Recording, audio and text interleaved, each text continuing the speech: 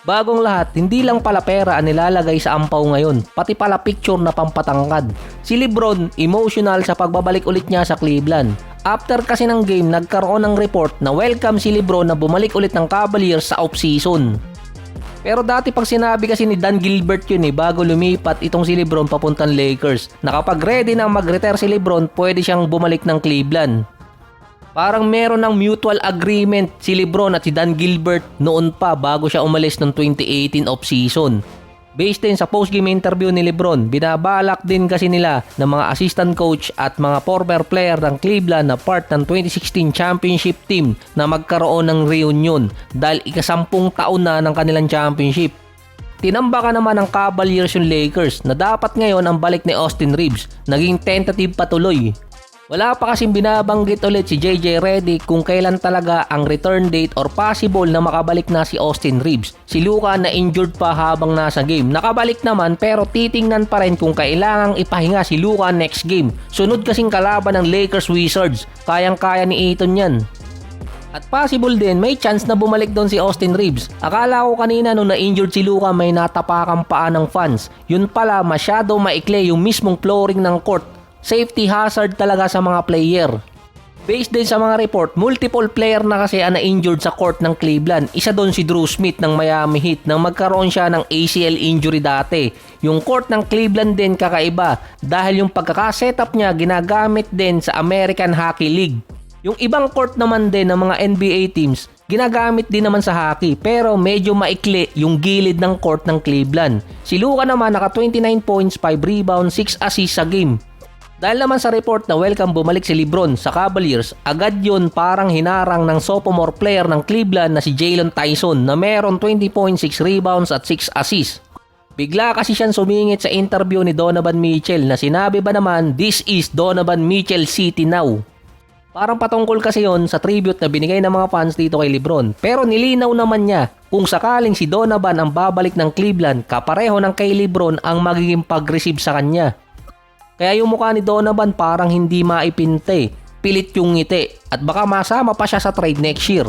Agad naman din kasing binawi ni Donovan yung sinabi ng sophomore player nila na si Lebron pa rin ang naging foundation ng Cleveland. Pati si Tyson, pagkasilip siguro niya ng kanyang Twitter burst sa post-game interview, bigla din niyang binawi yung mga sinabi niya dahil hindi naman niya dinidisrespect si Lebron.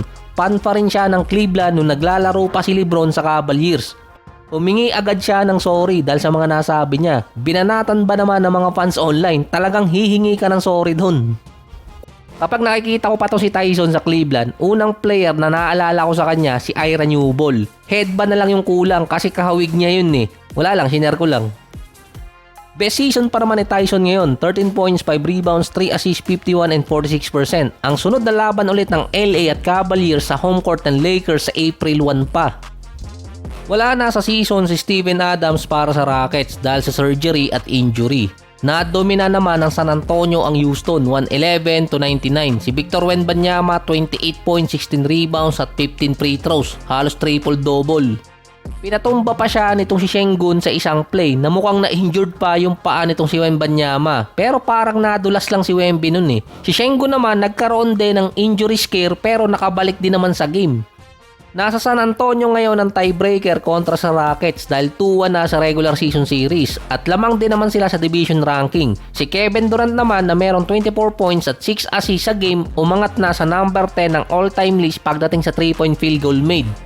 Nalagpasan na nitong si KD si Vince Carter. Ang sunod sa listahan ni KD si Paul George na kailangan ni KD as of January 29 ng nasa 122 3-point shot. Sa ngayon kasi active pa si Paul George. Si Karl Anthony Towns naman nasa bad side ng internet matapos yung play kay Russell Westbrook nung nakaraang game nila versus Sacramento. Panalo naman ang Knicks nun, kaso parang talo si Towns dahil na-call out siya lalo na malambot dahil hindi niya maitulak itong si Russell Westbrook. Yung parang katulad ng memes na lumabas dati about kay Towns at kay Pinsan na mismong si DeMarcus Cousins ang nag-call out pa dito kay Towns na unacceptable yung naging move niya kontra kay Russell Westbrook na hindi niya maitulak at naging steady pa sa ground si Westbrook. Mas matangkad pa si Towns ng ilang pulgada kay Westbrook at mas mabigat pa ng nasa mahigit 60 pounds. Dapat simple lang sa kanyang maitutulak si Westbrook. Na base pa dito kay DeMarcus na para sa isang big man, hindi maganda na yung starting center ng kanilang team minamama lang ng isang gwardya. Medyo bumawi din naman si Towns versus Raptors na nanalo din ng Knicks nun. Naka 8 points pero meron si Towns na 22 rebounds. Andun pa rin na pinagtanggol siya ni Coach Mike Brown na gumagawa sila ng adjustment regarding dito kay Towns. Kaya parang mas okay hindi napunta si Russell Westbrook talaga sa Knicks eh. Si Towns parang nasira yung image niya eh.